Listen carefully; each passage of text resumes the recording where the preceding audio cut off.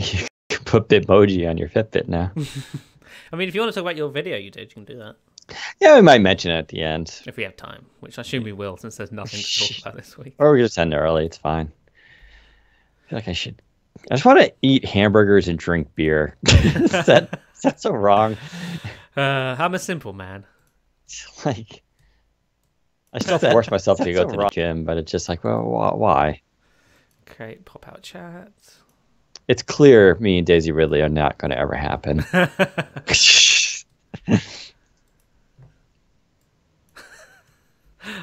Although she's in Chicago now. She's closer to you than usual, yeah. She's in my orbit.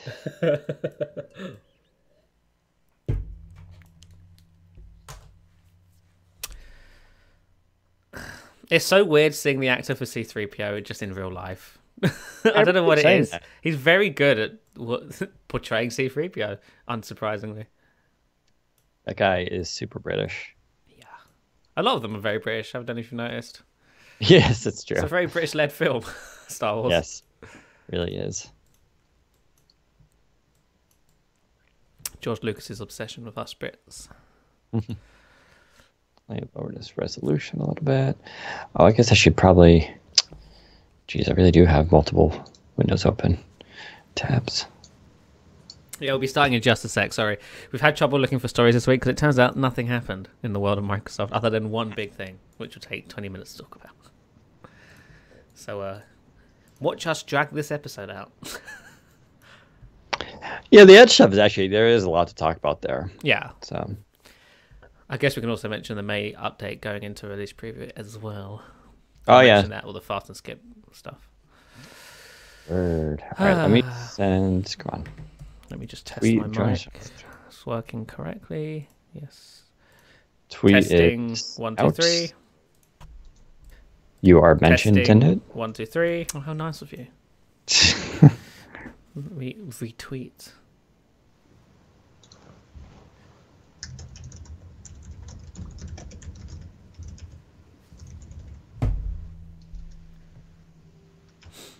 I should probably mute my phone.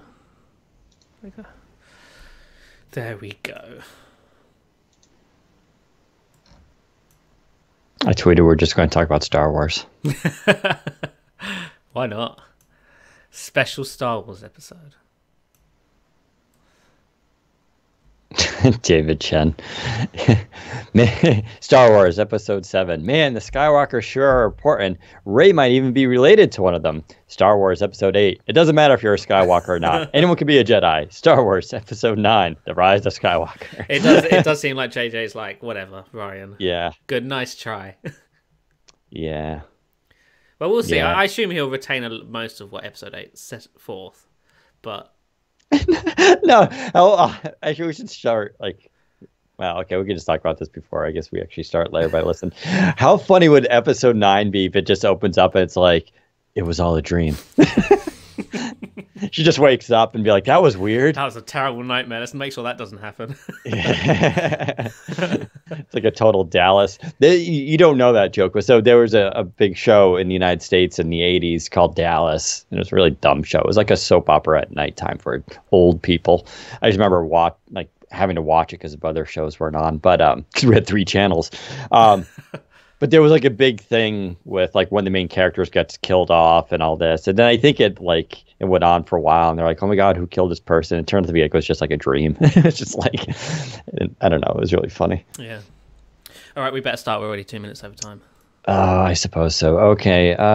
Recording. I am now recording. 3, 2, 1. Welcome to the Windows Central Podcast, episode 130 for April 12th, 2019. Hey everyone, Dan Rubino here, joined with Zach Bowden for another exciting episode of the Windows Central Podcast. This week we're talking Edge, Microsoft Edge. It's finally here, the Chromium Edgium. Cregium, what are people call it? Cregium, Credge, or that's the other one, is finally here. That is the new version of Edge powered by Chrome, the Chromium engine. So we're going to talk about that release, how it's going so far, what the different versions are, what you need to know, what the little tricks are. We got to do a couple posts on this stuff, but we'll give you some little tidbits about it. Anyway, it's actually a pretty good browser, but you can go download it now. So we'll get to that. Also, Fast and Skip Ahead are besties now. Some of you may know, Skip Ahead was skipping ahead for a while, and now it is merging there with the Fast Ring. So we'll also talk about the May 2019 update, and basically it's in release preview now too. So we'll talk about what's going on with Windows 10. Blush blends. We're going to talk about Chardonnays and wines today. Blush blend. No, wait, sorry. Blush blend is a Surface type cover that is a limited edition to the UK, which is unfortunate. And Zach actually has one. Huh? It's not unfortunate. It's great. It's limited to the UK. Yeah, that's true. You guys don't always get all the cool stuff, but Zach actually has one, so he's going to talk a little bit about that. We'll talk a little bit about Surface strategy, and if we have a little bit of time, we'll talk about maybe some Star Wars. We've been talking about that for a little while. It seems like a fun topic to talk about. I also did a video this week on my favorite Fitbits and Fitbit stuff, and so maybe we'll talk a little bit about Fitbits and wearables, because I was a little worried about doing this video. It's something that's personal to me. I'm actually a huge fan of wearables and Fitbit in particular, and it's like, I don't know if everybody else is, but turns out a lot of people were interested in it, so that always makes me a little bit happy. But we'll talk a little about that on the YouTube channel and ideas there. Zach, how are you doing on this fine Friday? I see your hair is getting fluffy. Oh, it's getting too long. That's what it's getting. I should have gone for a haircut today, and I just didn't get around to doing it. Yeah. Other than my hair being messy, I'm all good. How are you? I'm hanging in there, excited. It's Friday. Just one of those weeks where it's just, people always are envious of our jobs, and I totally get it. Like, we do have amazing jobs. I never want to, give that wrong impression. But I will also say it's still a job. And sometimes jobs, you go through periods where you get a little burnt out, and it's just a little overwhelming. And this week was another one of those for me. I was just like, writing is, I'm not a writer. Like, I'm good. I'm okay at writing. But like, I find writing hard, or rather, I'd rather just do this. You're just in the talk. wrong industry, mate.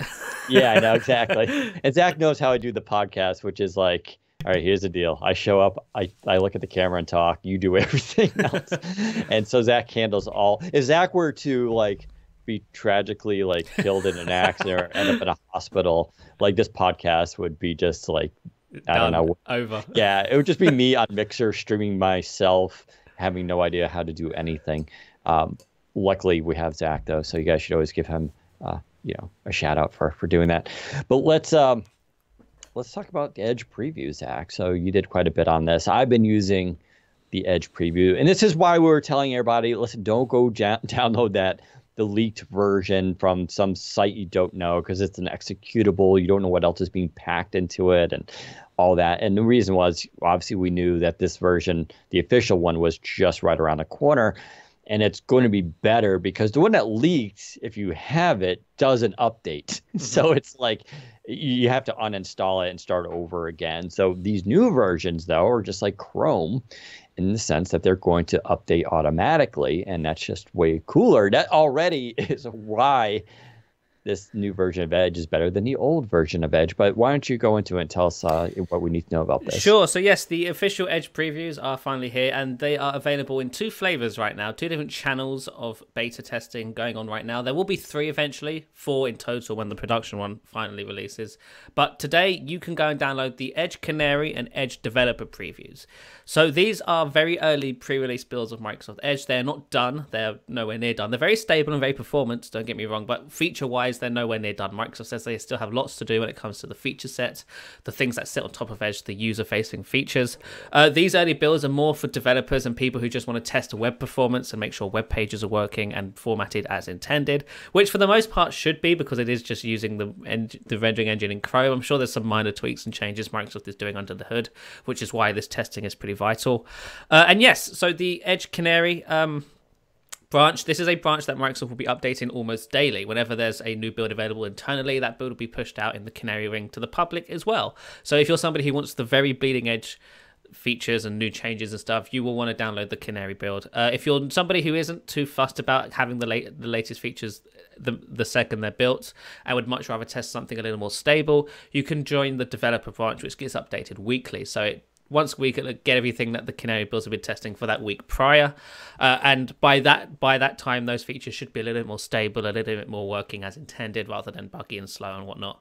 And then the beta ring, which isn't out yet, that'll be coming later. The beta ring will be updated on a 6 weeks cadence, and is essentially everything that will be shipping in the production channel, just not shipping in the production channel yet. So I'm assuming if the beta channel is 6 weeks, I think the production will be 6 weeks as well, just 6 weeks behind beta. So everything in the production, in the beta ring, sorry, will be basically intended to ship in 6 weeks time.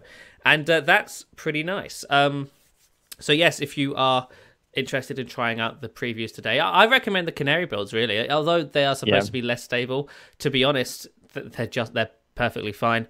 And this is the ring that will get new features all the time, rather than the developer one will get them on a weekly cadence. And especially since we're this early in development, any new feature that shows up, you are going to want to see it first, because this is the nature of Edge and the current development cycle for it. Its first impressions of it are it's very, very good. The updater is just like Chrome's. It's very seamless. You don't even notice it's updated most of the time, because it doesn't tell you it's updated.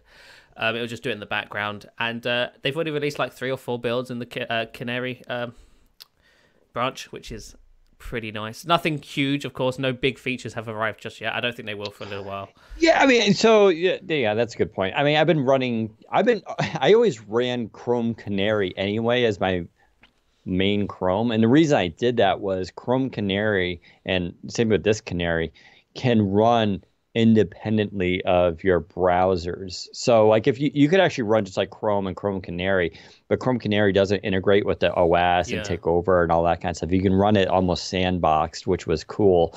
And that's how I didn't use Chrome very often. I used Edge, but I would need Chrome for those occasional situations. Canary as well. Yeah, where you would need to do like Google Hangouts or something like that. So that's why I would keep it around. So the Chrome Canary, though, or the Edge Canary, though, is kind of similar, though you can set it as your default browser if you would like to do that. So there's no reason every time you click a link, you can just have it go to Canary, and it can sort of integrate with your OS.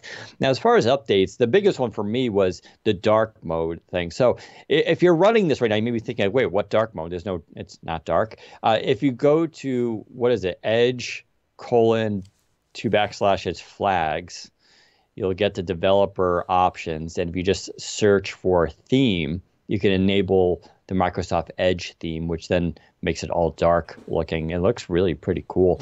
Now, the problem with that in the dev version is if you would do drop-down menus for, say, you're going to log in and it would have your info, it would be the theme there wouldn't match. It would be white. So you couldn't actually see the text until you would go through and highlight it. That's fixed now in Canary. So Canary's like dark theme is like, this is one reason probably if you're really into dark theme to use Canary, is you're going to start to see stuff like that happen. So they've already been tweaking the dark theme in Canary, and for me, it's made sort of a big difference. I mean, I was still using it in dev. It's usable, but it's better this way, obviously. You'll just see a lot more of these little tweaks and all that. You can, I don't know if you still can do it. So reading mode is coming to the new Edge. Like that's one of the things that's going to, if you don't remember what reading mode is for certain websites, you hit the little button in the address bar and it reformats the site, strips all the HTML, JavaScript out of it. So it's just the text and a few photos. And it's just really nice to read. You can also enable that in flags, or at least you could. You can't configure it. Like you used to be able to choose the background color and all that. And that's why I don't think it's ready yet. But you can get the basic version of it working. So, and we should expect, was it smooth scrolling, inking? I think set aside tabs. I think that's one of the features that's coming. Reading mode is definitely coming. Microsoft hasn't committed to those features. They have said that they want to bring some stuff over, but they haven't said which ones. I think inking's a good bet. Inking's definitely a good bet. I'm not too sure about tabs aside, though. Yeah, they did actually say.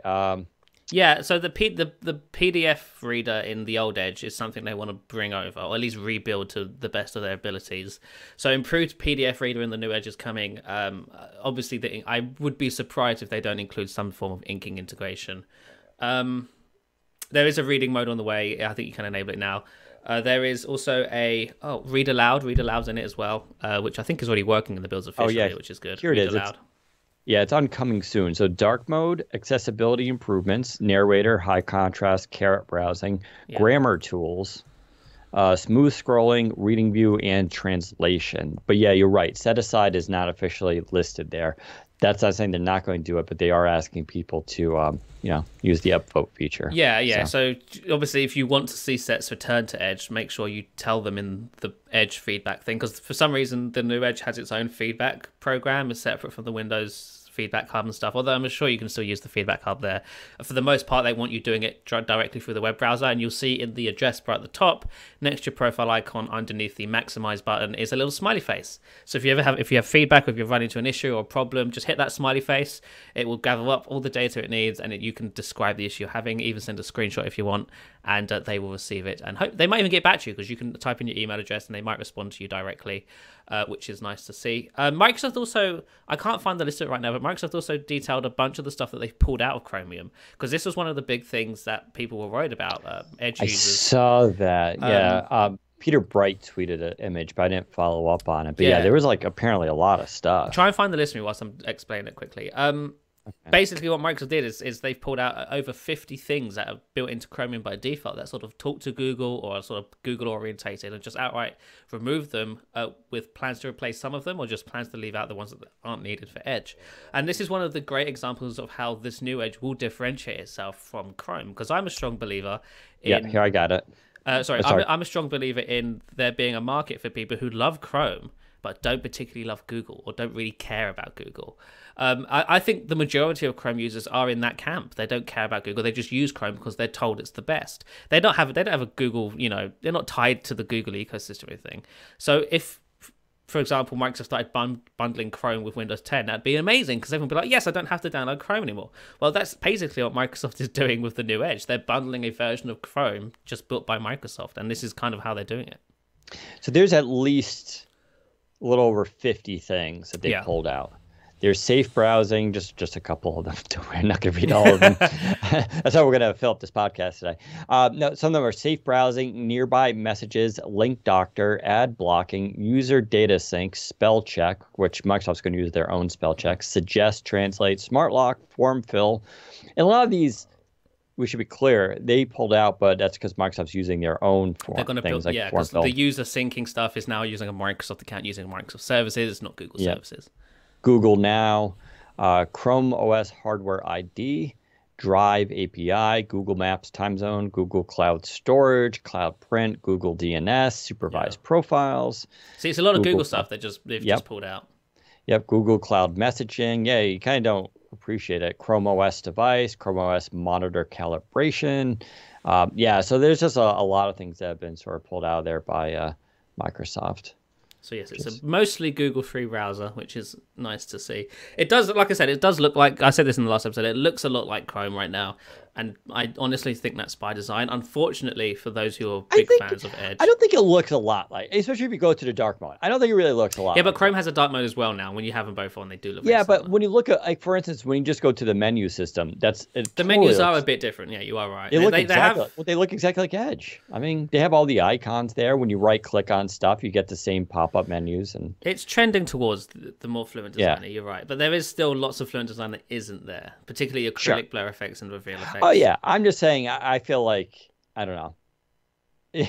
And it feels like Edge to me. Yeah. But honestly, my point is that I think this is by design. It's kind of trying to blend itself with what the Edge, the feel and experience of Chrome, because Chrome users are accustomed to Chrome, and one of the reasons people wouldn't switch from Chrome is because other browsers are different and people don't like change. So if Edge is very similar to Chrome, it's less of a learning curve or a big deal for somebody who is tied to Chrome or loves Chrome or whatever to move to Edge. If you use the import feature, more or less everything that you've done in Edge in Chrome should be in the exact same places in Edge. Maybe a few minor UI tweaks here and there, but otherwise all the buttons are in the right place and stuff, like the history button. So this is something my girlfriend was really annoyed about in Edge. Like there's no way to search for history, and also the history button's in a different place from Chrome, and she just couldn't get used to that, which is why she never used Edge. And I was like, that's such a weird reason to not use a browser.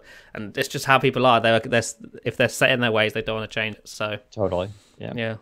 And for those curious, like, you can totally download Dev and Canary. Yeah, you can run them side by side. run them side by side. You can set one of them as the default. You can change the other one later on. It's up to you. So I do run both, and it gets super confusing because I end up having too many. I'm one of those too many tab people. I have too many tabs in two browsers now that are running. So it gets a little overwhelming. I do need to sort of unpin the dev version. I'm using personally just Canary. I feel Canary's totally fine. It's not crashing at all. In fact, I've actually had a little bit more issues with dev. I've had sometimes I type in a link for YouTube and it like disappears or something like that. So, but yeah, for those who want to stick with dev, what happens is basically every week, at the end of every week, they're going to take the best Canary build and then release that as the dev build. So that's all that is. It gets another level of vetting, and they look at feedback and data and how well it's doing, and that's the version you'll get. It's not the latest Canary, it just means it's the most stable Canary. I've noticed an interesting thing that I don't know if the dev one does it, but the Canary one definitely does it, and I'm able to reproduce. I don't know if it's a bug or if it's designed to do this, but if you unpin the old Edge icon as the new Edge is installing and it opens for the first time, if you pin the icon straight from that first window that opens, the icon changes from the preview tag to just the old standard icon, which I kind of like. It's like, it's just Edge. It's back to the blue icon. Yeah. So what Zach's talking about is they're badged. So the icon for Canary actually says, it's actually yellow. Yeah. And it says can across it, and then the other one says dev, and so you can quickly ID. It's actually pretty convenient. But yeah, there's a weird bug like Zach said. If you just pin it right away, if you want to bring it back, just unpin it and repin it again. It'll be fine. So, but now I'm actually really happy with it. Like it's nice to open YouTube links and everything just works well. The auto update feature is cool. It's nice to see. Some of these features and like dark mode start to get improved and everything. It's such a funny thing because this is what we've always wanted the regular Edge to do, right? Which was the ability to update, right? So it seems like the current team now just has a lot more freedom to develop this in the open and just get it to people right away. And they don't have to worry about with a Canary, they could actually... They can take risks now. It doesn't really matter, right? Yeah. So I just feel like this development cycle is just... if I was a developer, I would feel... It seems to me it would be a cooler experience just to be able to write code, tweak something, be like, all right, we're good, flight it, and send it out to Canary and get that feedback right away. Instead of... It must be kind of frustrating to work on a browser and have it only every 6 months. I mean, granted, they had the insider stuff, so people could appreciate it. So you get a little bit there. But it just seemed like... doing Edge development was much harder with the old system. We'll have to build, Zach and I, I'm sure we'll talk to some people off the record about that because I don't know. I don't know what obviously it was an architectural decision made as to why that was or what there were. I don't know. What was the plan in 2014 as Windows 10 was coming together?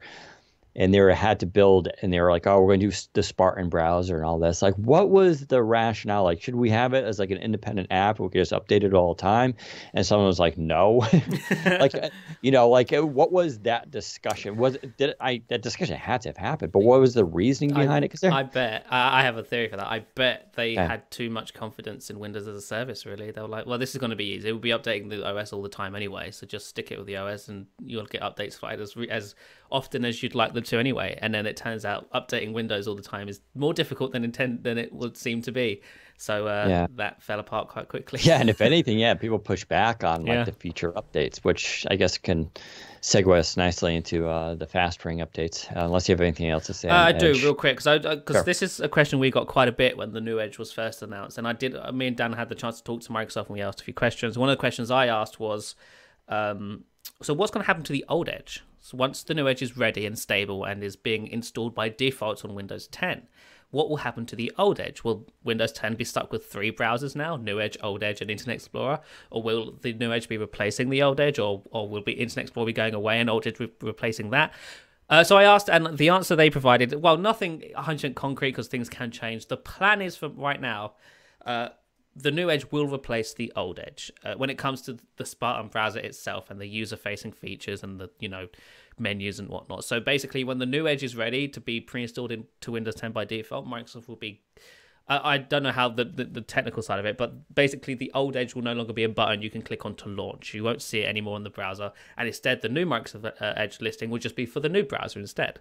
Edge HTML is remaining in the operating system when the new Edge is ready to be pre-installed, and that's because there's still going to be lots of OS areas and apps in the store that are using that the Edge HTML rendering engine to show you data and stuff, and it's going to be a while before all of that changes. The Edge browser will be stable and ready to be integrated into Windows 10 way before the OS is ready to switch out its own rendering engine.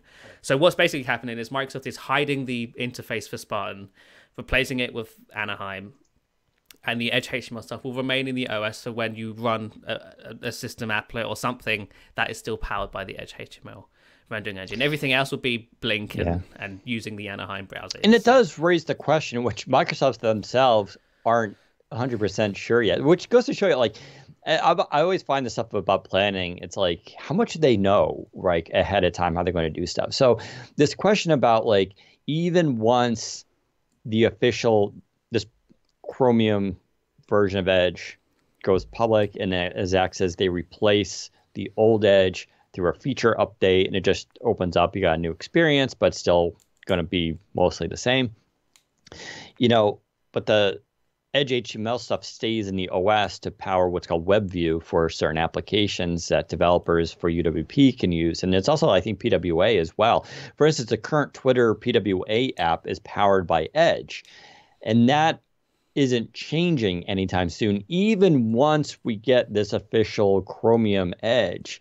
That's not to say it's not going to change down the road. That just becomes a more complicated thing for them to do, because even when they replace this browser stuff, they are going to still leave these Edge bits, right? And so, but it's interesting because Twitter PWA, we're both big fans of it, works very well.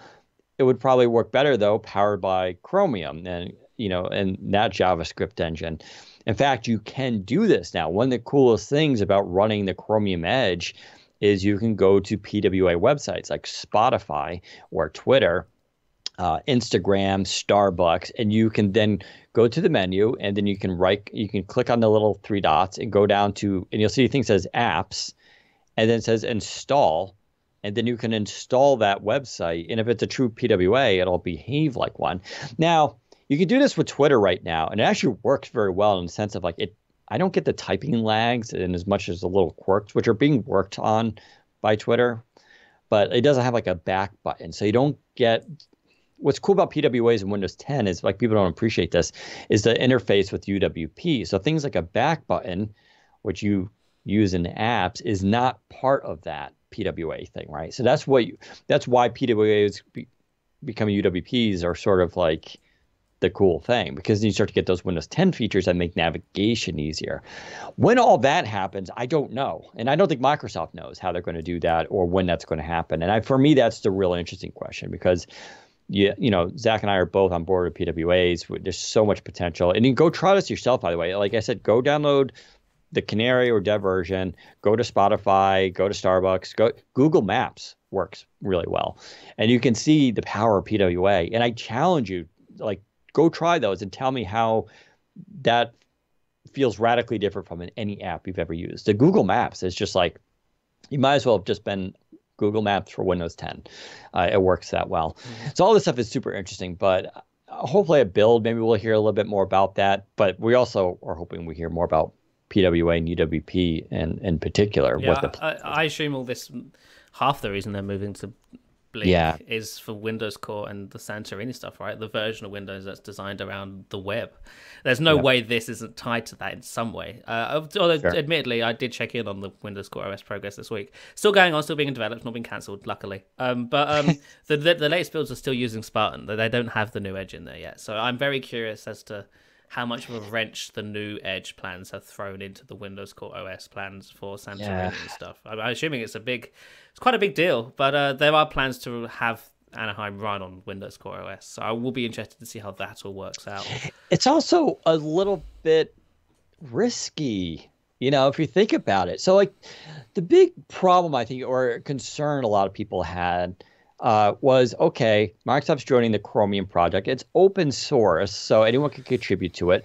Microsoft's been upfront about it, saying we've made over 150 recommendations and commits to the Chromium project, and they've been accepted, and they're getting along very well with the Google team. In fact, it was announced that ARM support for Chromium is coming, and it's like being worked on real soon. And that's interesting because it's not Chromium just for Edge, it's Chromium. So any other browser that uses a Chromium base will now have the ability to have ARM. That means in theory, Google could even do the Google Chrome browser that has ARM64 support.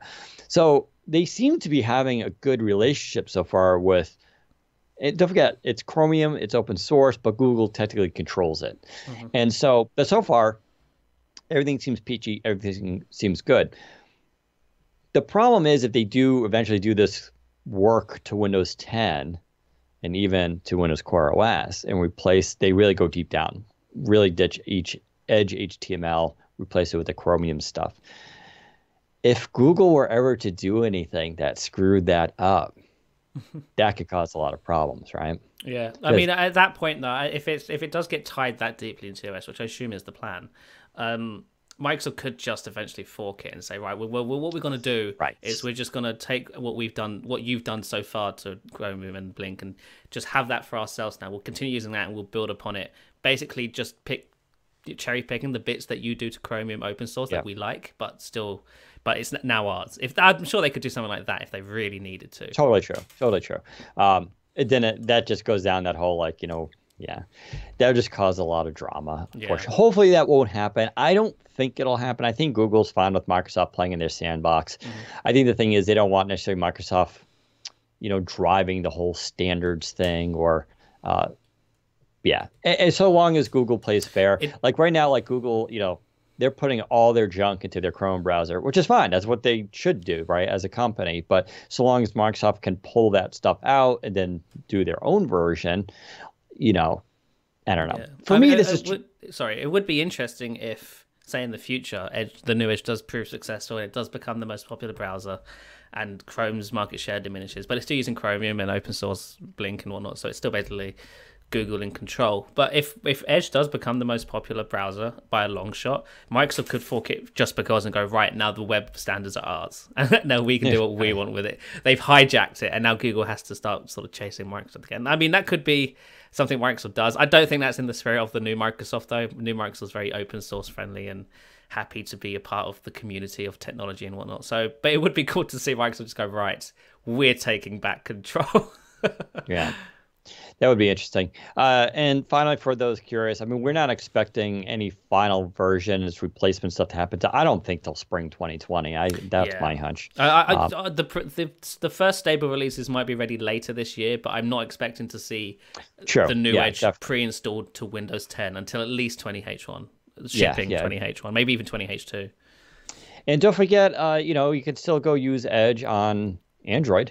Which is what I do, and I also use it on iOS, which those work very well as well too. I mean, I've been using Edge on iOS a lot recently. They've really improved a lot of the performance and stuff for it. So I feel like all this stuff is kind of coming together for them a little bit. I want to see the timeline and syncing stuff really come online first, but that's part of the problem being early right now is you don't really get that. There's a lot of things that aren't syncing. So the new Edge doesn't work with timeline yet, and also it doesn't sync your data to the mobile apps because the mobile apps are still listening to the old Edge stuff.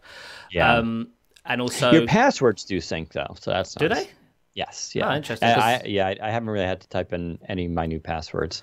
Are you sure that's not because you just ported your old data over from the old Edge to the new Edge? Because if you did that, then that's probably why. Because I'm not getting any password syncs. Yeah, maybe that's true too. Yeah. So the only things that are syncing is favorites between the new Edge itself. So your favorites won't sync to the web mobile apps yet, but they are syncing across Anaheim browsers on desktop, which is nice. But favorites is the only thing that is syncing, if it works for you, because I've been having issues with the sync function. It just doesn't work for me. I turn it on, it goes no thanks, and turns itself off again. I'm like, oh, well. Yeah, but that's because you're just something wrong with your account. My Microsoft account's just so broken. Yeah, it's not the service.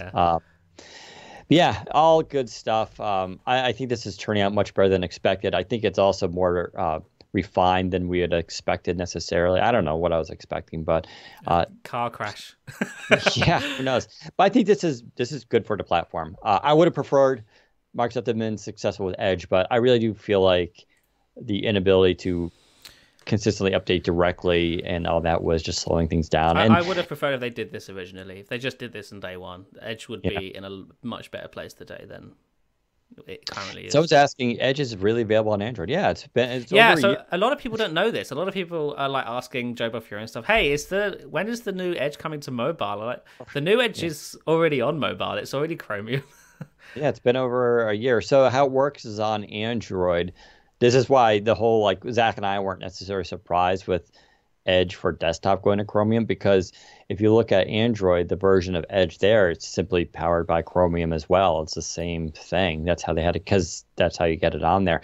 And for iOS, it's powered by, was it WebKit? Whatever Apple uses. So it's a skinned version of Safari, but it has really cool stuff built into it. It has like Translator built into it. It has Bing Rewards built into it. Syncs with your Microsoft account.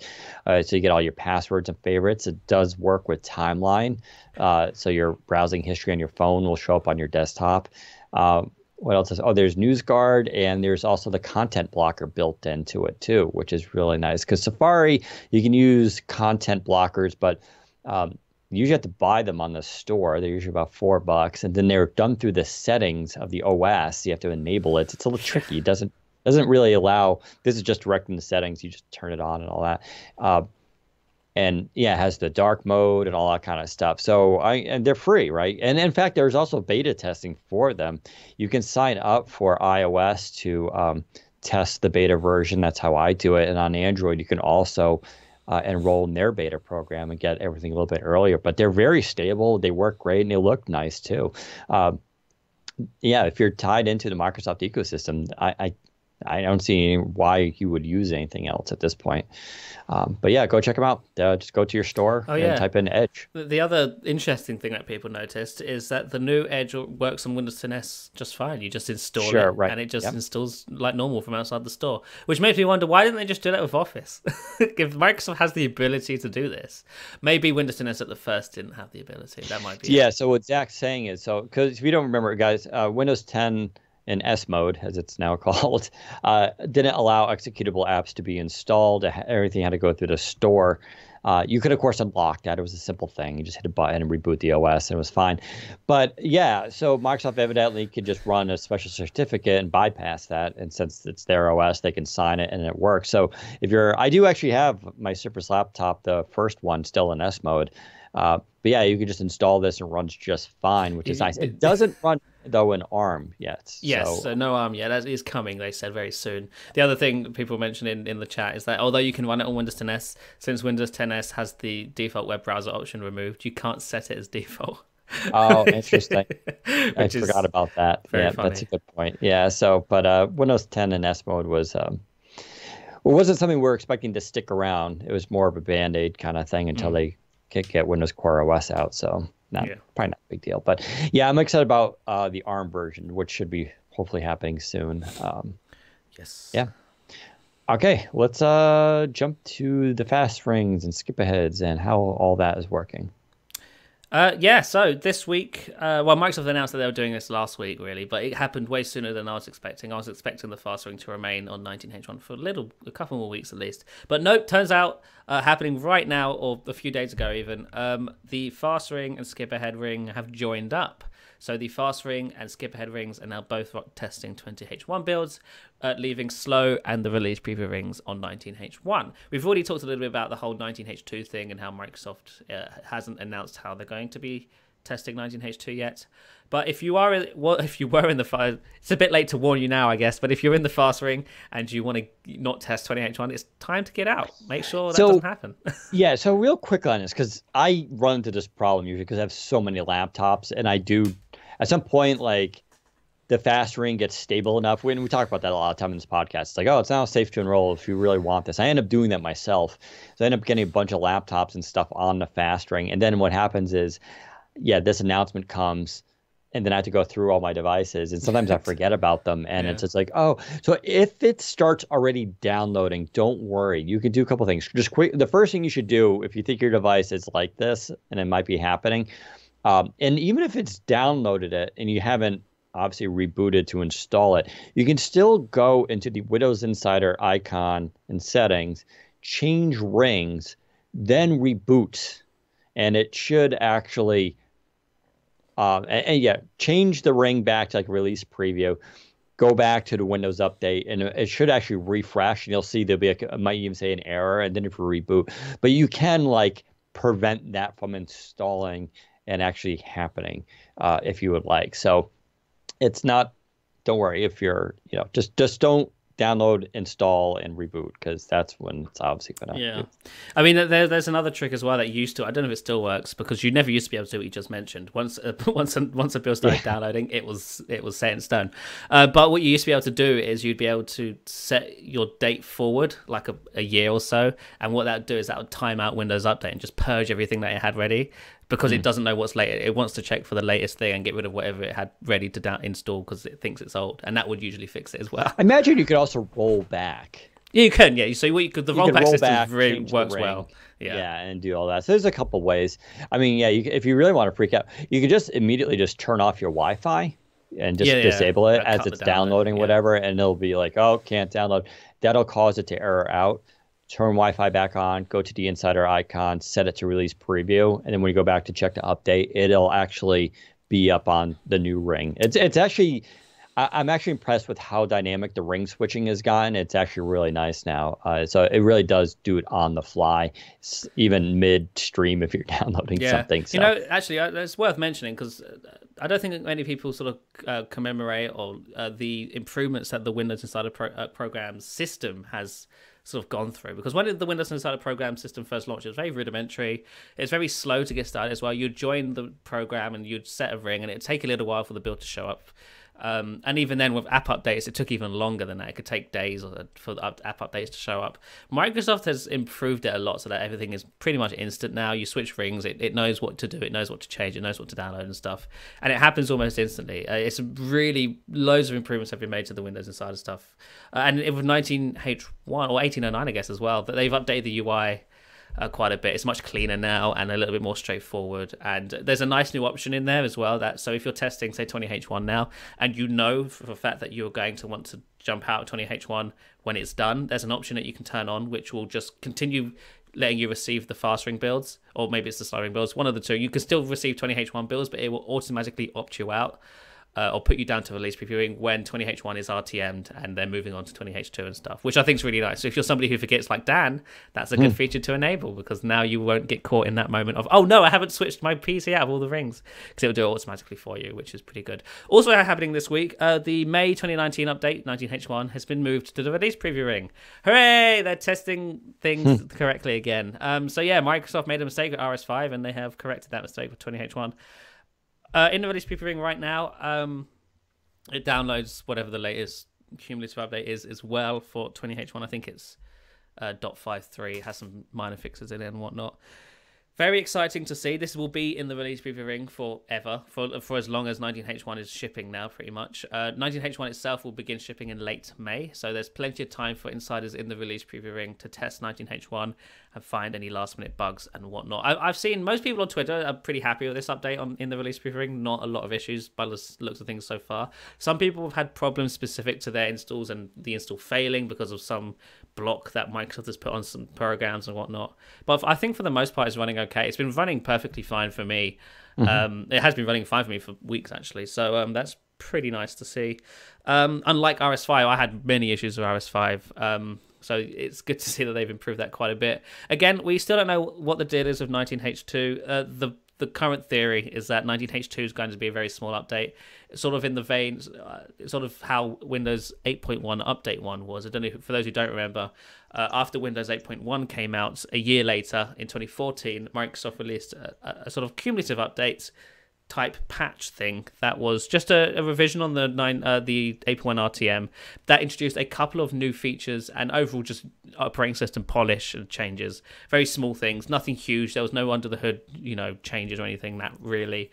And I'm would be surprised if 19H2 is anything more than that, because it just doesn't make sense for it to be. If it's not in testing now, then it means it has even less time to be tested. So that tells me that Microsoft doesn't have much planned for this release, so there isn't much to test anyway. And I don't think that's a bad thing. I think this year is a good year for Microsoft to sort of reset itself, go, right, let's take a step back, let's do a very small update for later this year, and then we'll return to doing our bigger updates in 2020. Unless Microsoft's plan is to just have every H2 release be a smaller patch from here onwards, which, again, I don't think I'd be so upset about. I think that's okay, because let's be honest, even the big feature updates these days aren't huge on new features anyway. It's the end of Windows.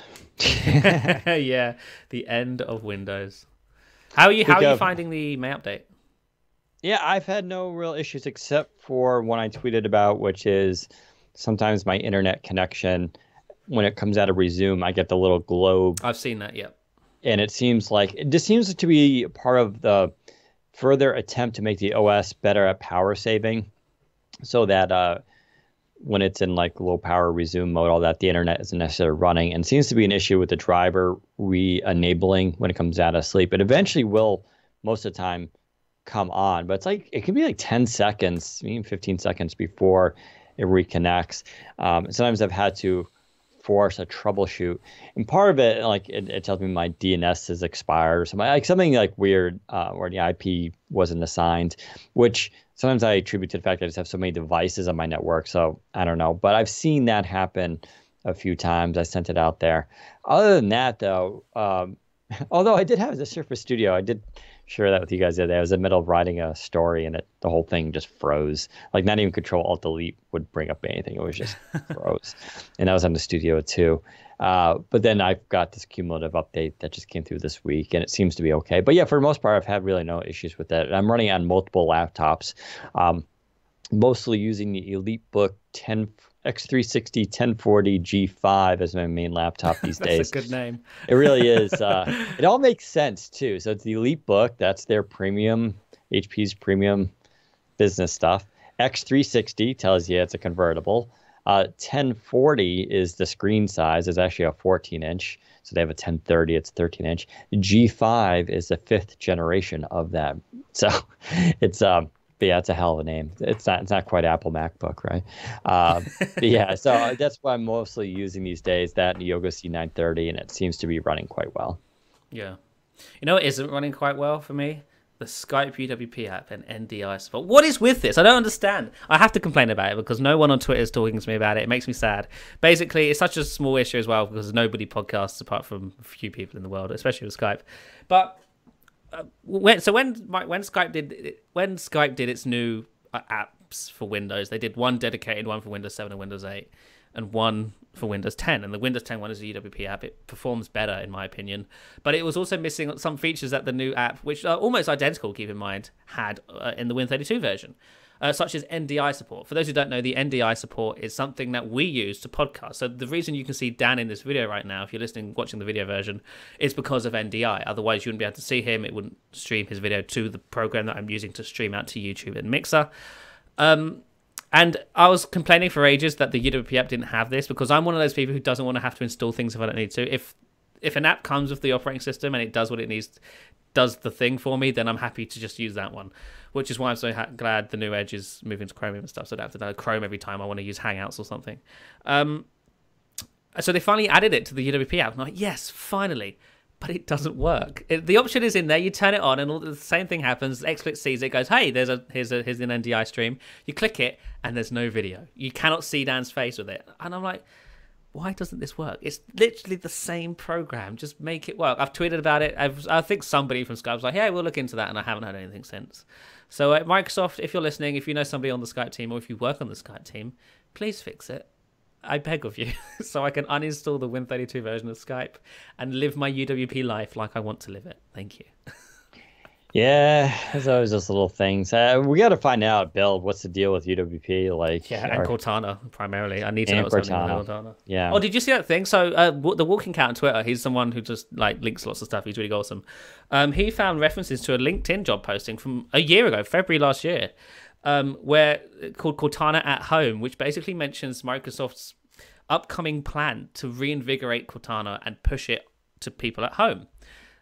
Consumers basically, and it goes into all this detail like, hey, we've got some big plans for this space. We're going to be doing lots of awesome stuff. Stay tuned. And crickets so far. Nothing has happened. Likely story from Microsoft. Adele heard and he was like, no. Yeah, seriously. It's like, well, that role he has is still present. So Feb 2018 to now. So he must still be working on it unless he just hasn't updated LinkedIn. I'd like to see that build if that's a thing that's still happening. Yeah, I mean, there's opportunity here. Like we've said this in the past, like the whole smart home thing and assistant, it's not locked in. We're so early days. Wasn't there a story? I didn't even get to read it this week about Amazon employees. Again, we're listening to your Alexa conversations. Probably. Yeah, it's like, and again, I have two Alexa devices. I have the Echo Show and I have the Echo, the little circle one. I forgot what it's called. Dot. Dot or something like that. Mm-hmm. And they're cool, but I don't use them. I literally use the Echo Show in our kitchen to look at the weather. I've turned off the news because the news, there's something to be said about tailored news. And Microsoft News actually does a good job, in my opinion, for bringing me the news I actually do want. So I'm a big fan of using the news apps and all that. Their news stories were just like the dumbest stuff. Half of it was the UK royal family nonsense, like blah blah blah is pregnant again. I'm just like, do not. It was just, I turn those off. So I see the weather, and I think I've said this before on this podcast. The only thing I use Alexa for is usually Friday nights. I come home from the liquor store, as we call them here, package stores, and I'm like, my beer is warm. I'm like, Alexa, remind me to take the beer out of the freezer in 45 minutes. That's about the only thing I use it for. I'm just not into that. But I will say the Echo Show with its screen became infinitely more interesting to me and potentially more useful.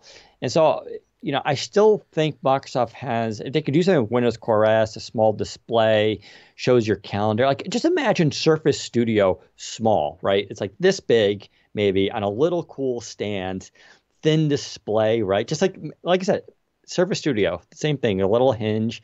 It sits in your kitchen and it can do all this kind of stuff. Like, I don't know. I still feel like there's potential here for them but they have to want to do it. The problem with Microsoft in the past has always been they dab their foot and toe into something and they're like, this is kind of nice. Let's give it a shot. We're doing it. And then they like, it's too warm, and then they pull out, and they're like, I don't know, they never really commit to stuff. I feel like HoloLens and Surface, they've definitely committed to, right? That's why, and same with Xbox, right? These are things that you and I know that Microsoft is nowhere near trying to get rid of or unsure about. But everything else, they always seem to, I don't know, just dabble in. Yeah, because I mean, we know of some plans that they had for Cortana, just like multi-account use. I don't know if it's still coming. We even saw it show up in some beta apps, but it's disappeared since, and no word on if that's still coming and whatnot. It makes me wonder if Microsoft had these plans, but they could see that they've done this so many times. They've ventured into a market that they just will leave, and I think they might have gone to themselves, let's not do this, because let's be honest, the likely chances we're going to just leave this at some point is high. So because yeah, I mean the Amazon, we reference Amazon a lot, but I'll say it here that Google's the big threat here. Google, they give away Google Dots and whatever those things are called, the Google at Home ones, those little pucks. They give those things away like candy now. They do. Like I have like two, and I don't know how I got them. I know. I was offered one through, I forgot, was it Hulu? I think when I signed up for the Hulu Live TV, and I didn't accept it. I was just like, I'm not going to use it. Like I definitely, on a scale of like things I want in my home listening to me, Google's at the bottom. Amazon has a little bit more trust. Yeah. But Microsoft, do the Drake thing, it's like, yeah, there we go. I trust Microsoft. I really do. That's not saying I trust them 100% or we should never question or raise concerns. But on that scale of things, listen, Amazon wants, we said this in the past, that Alexa is really just a system to get you to buy stuff off of Amazon. It's a shopping enablement tool that can also tell you the weather. Google stuff is definitely all about, selling you things or selling your data off, I should say. Microsoft stuff is the only one that's better than Microsoft at this is Apple, right? Apple is very good with locking down your privacy. I would say Microsoft's close to that, but there's definitely a few You know more. what's very interesting is that if you take a look at the scope of the digital assistants from the four big contenders, Amazon, Google, Apple, and Microsoft, Amazon and Google at the other end of being their assistants are much more advanced. They can do much more, but they're also way more sort of listening to you and using your data for this stuff. But on the other side, you've got Microsoft and Apple, whose assistants aren't as good, but aren't using your data to sell it to people and stuff. But which as a result means that those assistants aren't as smart and don't do as much because they don't have your data. They're not using it to sell data and stuff. Because I can't remember what they call it now. Like Google, half the reason Google services are so good is because of all the data it collects on you and uses for you, and obviously against you as well, selling to advertisers. It's why when you're browsing the web and a Google ad pops up for Amazon, and it's that that kettle you looked at or something like 2 days ago. So here's another kettle that's kind of like that kind of stuff, right? Microsoft doesn't do that, right? Whatever data Microsoft collects, it keeps to itself, and it's usually anonymous as well. And there you go. That's the end of that. You don't see things you searched in Bing show up in Google Ads or in an ad on the internet. Not really, because that's not how it works for Microsoft. Yeah, I think if anything, it's like more third-party stuff. But yeah, it's an interesting, again, it's sort of like Microsoft, I think their approach to stuff now is like, how can we either disrupt or really advance this category? And that's a tough question here with these, because I'm still skeptical of these smart devices. I get a lot of people have them, but I'll still say it again. I think they're just sophisticated jukeboxes for people. It's just a way to shout out, play this song. Someone mentioned here about in comments about they use it for to-do a lot, which actually I agree with too. Like I do occasionally be like, hey, add this to my grocery list, and that's kind of cool, but I still don't find this stuff as, and as someone who's pretty techie, I just don't use voice stuff all that often. So there's potential there to innovate upon that, make it better. I just don't know how Microsoft does that if they can, right?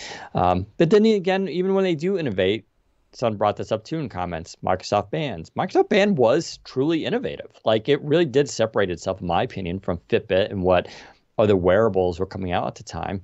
And they had, it seemed like, a lot more potential there. And they still, for almost external reasons, right? The availability and the cost of it seemed to be their problem. But technologically, I think it was super impressive. Like, I don't know. We'll have to wait and see, I guess. So maybe we'll hear more at Build. I don't really expect it. Yeah, but for what we're expecting at Build, we don't really know much for Build right now. Like the rumor was that they'd be talking about Santorini at Build, but even I'm not too sure about that at this point because I think it's still quite far out, especially now that Edge has moved to Chromium. I don't know. I honestly, at this point, I will be surprised if we hear about Santorini at Build. Don't get me wrong. I would love to hear about it. Or at the very least, Windows Core OS. I'd love to hear about it, hear about their plans on that front and whatnot.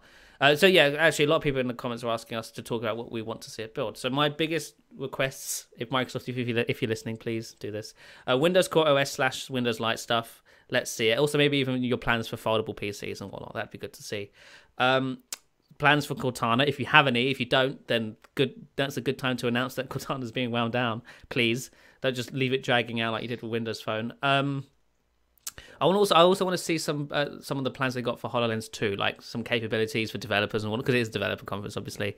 Capabilities for developers. I'd love to see some plans that they've got for Microsoft Edge, feature-wise, and how the new Edge intertwines with its progressive web app sort of project that Microsoft is venturing into right now. Anything else? I'm trying to think if there's anything more interesting. I don't think so. I don't think we'll see any Xbox stuff. Not really. No. It doesn't really make sense to see Xbox at Build. I don't think we'll see any hardware. Not any Surfaces anyway. I don't think we'll see any Surface. No. Maybe we'll see some Service Hub 2X demos and how developers can build third-party programs or apps for the 2X and take advantage of that sort of twisty thing it can do, and I don't know, whatever else the 2X can do, which is unique and whatnot. Maybe we'll see something along those lines. But honestly, if more realistic expectations, I think we're just going to see Visual Studio 2019, that thing it can do where you can code with two people at once or something. Azure stuff, Microsoft Graph. Another new version of Linux in the store. Yeah, another new version of Linux in the store. Yeah, what will this year's big store thing be? Because they've had it like iTunes was one year. I'm pretty sure Linux was one as well. What will be this year? None. Yeah. The big news will be they're closing the store. Game over. We're done. Yeah, it's hard to be cynical here, but I also noticed from previous builds, at least the last few years, it's been mostly developer focused, which is fine. So as consumers or more the consumer facing area, it's a little bit harder for us to get excited over. And, I expect that to carry here. I would love for them to talk about Cortana, but I really don't think so. I really feel like Cortana is just going to fade into the background. They'll continue using machine learning and AI to power the operating system. I do wish they'd just say that. I know. I kind of wish that too. I doubt, though. I really doubt they're going to get on stage and being like, Cortana, here's our plans for it. We're going to be doing this and this. We have this three-pronged approach, and we have this new device. As much as I would love that to happen, I have like 0% faith that's going to actually happen. None. I'd be surprised. I would love to see them we're going all in on this. Here's our big, but there's just, I don't see Nadella at all interested in that kind of thing. So Microsoft did actually publish a list of sessions that they plan to do at the event. I don't think this is all of them. There's quite a few here. I'm literally going to type Cortana right now and see what comes up. Yeah, I was going to ask that. 0. Seriously? 0 for Cortana. What about Windows? Windows has 18 sessions, which is not terrible. Phone. Phone. That's it. Ready? Phone. What comes up? Oh, I spelled phone wrong. Oh, hang on. Phone. 0. What about mobile? Mobile. Oh, 5 sessions for mobile, which is nice to see. All of them very boring sounding. What about UWP? This is the big one. 0. Ooh. Wow. Maybe it's Universal Windows Apps. Hang on. Universal Windows Apps. Oh, 48. Thank God. Oh, okay. There you 48. 48 sessions for Universal Windows Apps. I'm assuming this year will be a lot about PWA in this regard. Building progressive web apps to extend existing web apps in the Windows and Microsoft Teams stuff. Yeah, because a lot of people are saying this is a bad thing. I think this is what will make UWP a successful platform. It's PWAs, because if a PWA is running on Windows, it's talking to Windows 10 APIs, and that's good enough, right? If it has a live tile or whatever, if it's listening to notifications and stuff, and it looks okay, then I don't see the problem with the fact that it's a PWA. Because, like I said, I think most normal people can't tell the difference between a PWA and a PWA. Don't take our word for this. If you're using Edgium, that's what we call it, by the way. I'm not on board with Team Credge, by the way. That's a terrible name. Edgium is. I like Edgium. But go download the new Edge, go to Google Maps, maps.google.com, or I think it's mobile maps, something like that, and then install it as an app and go check out how awesome Google is. Now think of that on Surface Go with LTE and what that could be like. So there's also, you can try the Starbucks app, you can try the Lyft app, you can try Uber app, you can try Spotify supposedly is better as a PWA than the ported app, which is using Electron, I think. I don't know. But there's a lot of options here. By the way, we did fall back on our plans to change PWA to PWAs. I think we should still call them PWA. Yeah, we should do that. We should bring that back. There's 2 sessions for HoloLens, which is nice to see. Well, that's Surface. Let's type Surface. 0. Really? Oh. Yeah, 0 for Surface. I mean, I don't think this is the full session list. I'm assuming if there's any big announcements that they will hide those sessions until the keynote when on May 6th, I think it is.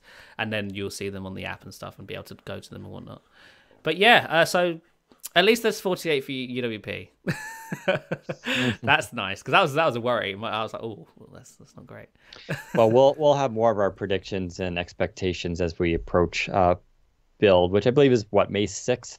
Is that the date? May 6th to 8, yes. There's only there's apparently only one keynote this year on May 6th, so I'm assuming that's either very good news or very bad news for us who are interested in big announcements. Yeah. Someone's asking, isn't there a PWA app store? No. So I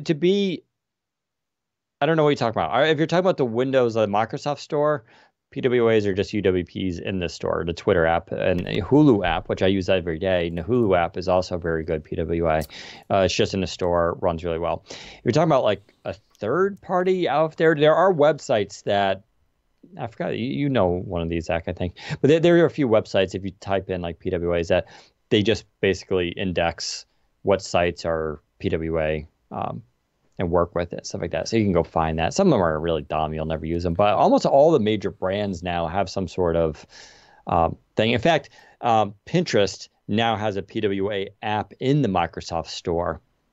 I remember someone on Twitter was like, I didn't find that app very good. It's not any better than the website. And I was just like, it is the website. Like this is the point of PWA. It's exactly like the website. It's just in, a different little form factor. But it was just, I was like, you haven't read anything I've talked about this stuff. But yeah, go try the Pinterest one. It's actually, I think it's pretty cool. Again, it feels just like an app. It's pretty amazing. And I think when Zach's talking about, they'll talk a little bit about that. Like one of the things we asked about last year was like something like right now when you run like a PWA that's a UWP, you still get the title bar and it's not as clean as a true app. Mm-hmm. And that's something, the color theme doesn't match, right? And they said, oh, that's something we're definitely working on. And so I would expect maybe this year that's when those tools will be announced. So the PWA will be even, you won't have the border around it, all this kind of stuff, in the title bar and all this. So real quick, because I'm a big fan of Fluent, I did search for Fluent in the session catalog. There's one session, but it sounds pretty interesting. Fluent Design System, the journey to cross-platform. Microsoft is expanding Fluent to the web, across platforms and more devices. Come learn how Microsoft is utilizing Fluent on our own products through shared principles, patterns, tools, and documentation, and how you can use these resources on your own applications. That's pretty exciting. So Fluent Design on the web. I'd like to make, because that's one of the ways how they will get PWA apps to look native to Windows. True. It's through Fluent Design on the web, which is very exciting. Yeah, this is them, like, for all of us who love the Metro stuff on Windows Phone 7. They always kept that more or less to themselves. When we would always see Metro stuff appear in other apps or systems. That was more just envy, right? Or people looking at Windows and being Windows Phone and be like, oh, that's a cool idea. We should do that. This, though, it seems like they're taking their new design theory and they're aggressively trying to put, it's already, we see it on their other apps for Android and iOS, little bits of it popping up there. Of course, you mentioned the web. So this seems to be them more, again, being evangelical about their approach to design versus like, we'll just keep it to ourselves. This is just Windows stuff. They're putting it all out there, so it becomes standard. It's kind of funny, too, because if you look at, everybody knows how Google's Android material design seemed an awful lot, borrowed a lot of theory from Microsoft in terms of getting rid of skeuomorphism and shadows and all this kind of stuff. Yeah. So that could have an interesting impact. Well, good news is there's 8 sessions for Microsoft Edge, and one of them sounds like they're going to be detailing their plans. It's called Moving the Web Forward to Microsoft Edge, and it says the new Edge is built on a new foundation powered by Chromium. This session will go deeper on our plans and intentions for Microsoft Edge, the Chromium project, and our ongoing work in web standards communities. We'll discuss how we'll become a contributor, blah, blah, blah. So basically, yeah, they're going to talk about their plans for Edge at Build, which is very nice. The other thing I just noticed is the agenda. Previously very sparse of information, has updated slightly here, and it says the Vision keynote, which is all the big keynote, all the big announcements, starts at 8 a.m, which is unfortunate, but is an hour and a half long, so it's not 3 hours like it was the past couple of years. But there's also a second keynote, or technically 2 second keynotes that start at 10:30 a.m. It says select from 2 technical keynotes featuring the latest Microsoft technologies. So if I had to guess, what it sounds like here is that they're going to do all the sort of not consumery, but less developer-focused announcements in the Vision keynote. And then they'll have 2 keynotes that are separate, which go into all of the Visual Studio stuff and all of that. That start at 10:30, and they also are an hour and a half each. So if you're a developer at home, I'm sure you'll be able to tune into whichever stream you want. If you're a developer at the conference, you'll be able to go to whichever technical keynote where you can learn more about coding on stage and whatnot. But the Vision keynote, hopefully, will be less coding on stage. Because don't get me wrong, I love coding, it's great. But for 3 hours, no thank you. Yeah, that could be a little bit rough, that's for sure. But they've never done this before. They've never done a Vision keynote and then a separate technical keynote, of which there are 2 at the same time. So that's interesting. Is it? Yes. Is it? Well, yes. All right, let's talk about, we went to way more preview of Build than that was scheduled for, but that's okay. Talk about Blush Blend, new Chardonnay. This is a new version of new wine. So there's a new type cover for the Surface Pro 4, 5, and 6, and 3, I guess. It's nice. It's basically 2 different colors. It's like the standard Alcantara color and then like a purpley color, and it's called Blush Blend because it blends together. It looks like somebody took a wet bit of purple paint and mushed it on the Alcantara cover, and it looks kind of nice. Some people have gone, oh, it looks disgusting. It looks like a bleach stain. I think it looks all right. And that's basically it, really. It's £150 and it's exclusive to a retailer in the UK for some unexplained reason. So you can't buy it in the US or anywhere else, which is why I got one for Dan. Yeah. So does it have the British keyboard though? It does indeed. Mm. Yeah. Having a problem. So I just reviewed the MateBook 14. We just shot the video for it this week, and it has a British keyboard. I cannot, for the life of me, figure out how to get the @ symbol to work. Okay, so it's the button next to the hashtag button. You press. Oh, because you'll be using. Yeah, so it wouldn't be that. What would? It will have to be the button right next to the enter key. What do you call it? The enter key. Yeah. It would have to be there. that one. I see the symbol, but when I press it, it gives me like an apostrophe.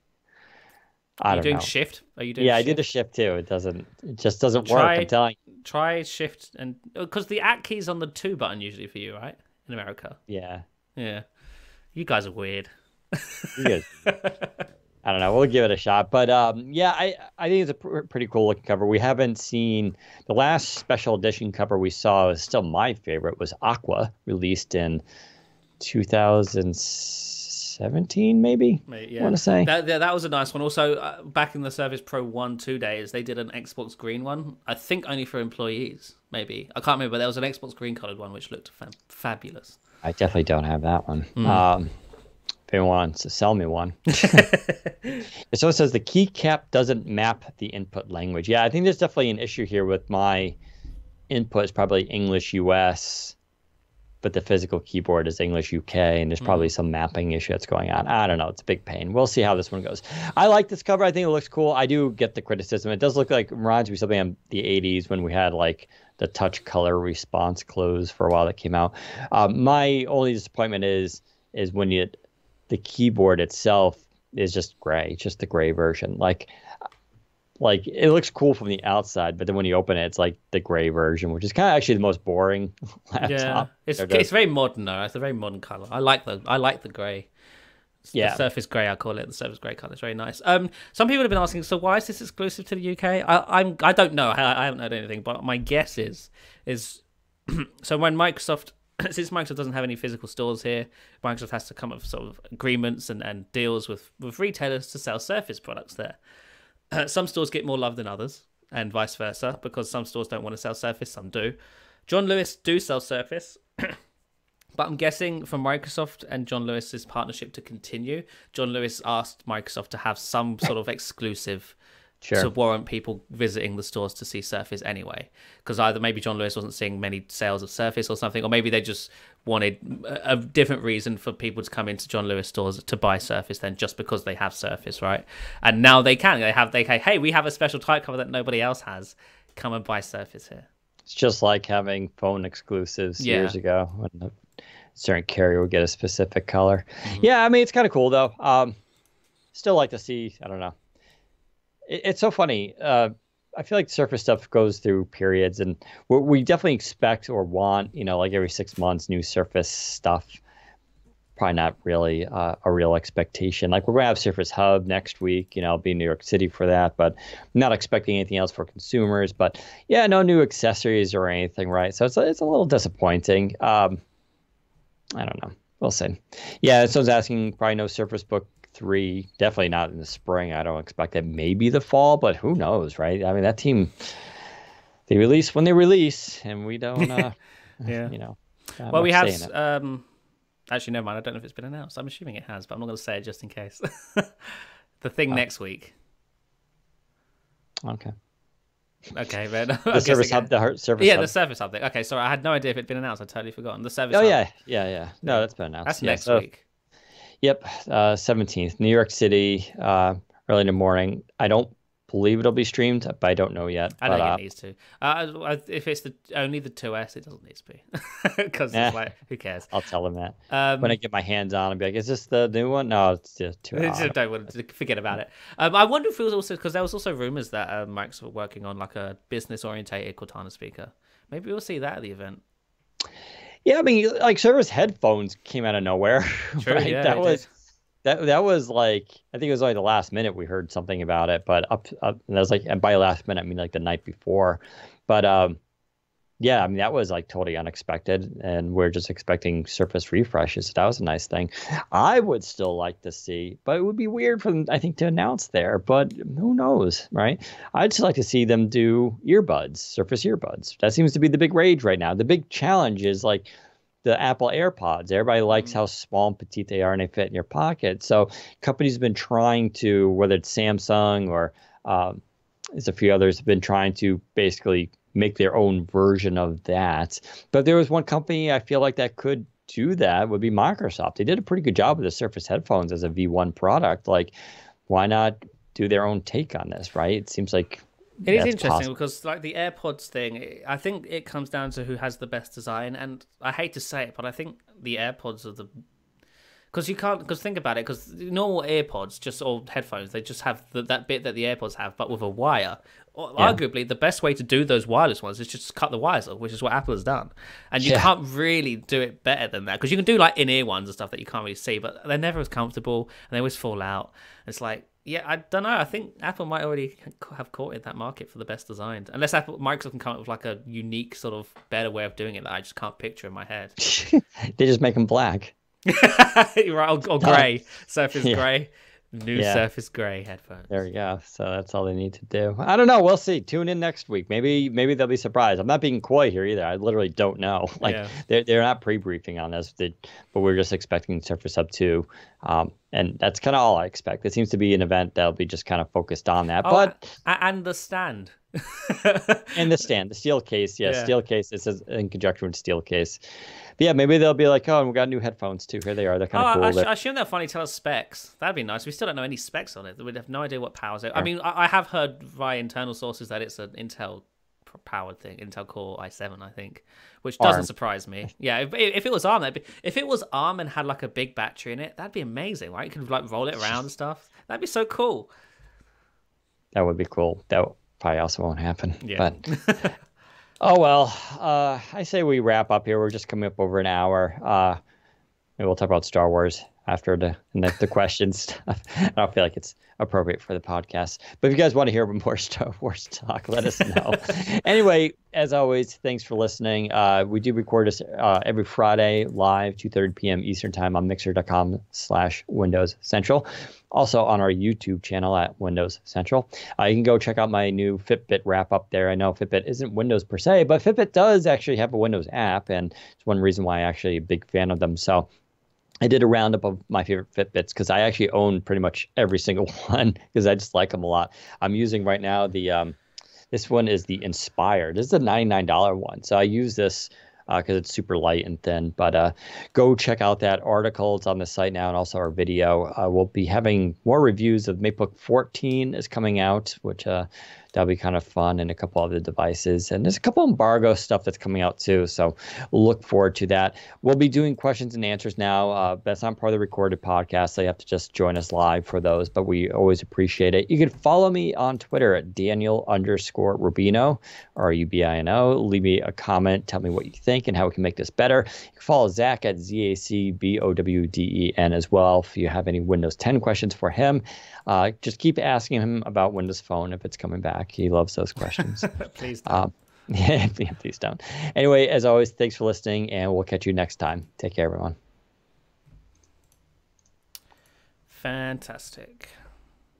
So yes, any questions? Now's the time to ask. There is one session at Build for Xbox, or related to Xbox at least. Interesting. Yeah. How Xbox delivered the right experiences and content with reinforcement learning. Whatever that means. Yeah, seriously. One of the Microsoft graph is here. Hang on. Graph. Yes, of course it's here. There's lots of things on the graph. Zero Cortana, though. That's interesting. Any bots? Let's type bots. Oh, one. Microsoft Teams automation with Microsoft Graph. Bots, APIs, and more. Why bots didn't work. Yeah. Oh, is there any insider ones? Let's type insider. No, none. Zilch. Donna and her team have been banned. Yeah, they're not allowed to build. Yeah. So at least there's a few Windows ones this year. Yeah, any questions? Sorry, I'm reading the sessions list. Am I getting Dangerous Driving for Xbox? I have not even heard of this game. Apparently developed by some UK people. I will check it out. I'm not really into driving games, though. Dangerous Driving. Only likes Forza Horizon, because that's fun. Edgium on Surface stuck when using touch. Some things just cannot be selected. Well, it is a very pre-release, so if there is any bugs you're hitting, that's probably why. Make sure you hit the feedback up, or the feedback option. And to be clear, their main concern right now is does it work with websites? The whole interaction stuff, the smooth scrolling, touch, inking, they well aware that stuff isn't there right now. Because that's not what they're focusing on. They just want to get the basics right. Does it go to the site you want to go to? Are you able to log in? Do you have any issues? As they're hammering that stuff out, they're also building out features and stuff like that. But they've already announced smooth scrolling and everything that makes Edge enjoyable is coming to this version. But you gotta give them time. I mean, it's gonna be a journey, not you're not gonna have everything on day one. But right now they're concerned with the fundamentals. So. I heard the Microsoft Adaptive Controller works on PC. Yes, it does. Works very well on PC. Mm-hmm.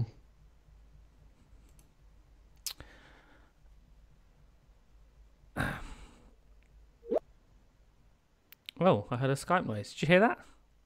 I did not. I heard us? That was really weird. Skype just made a noise at me.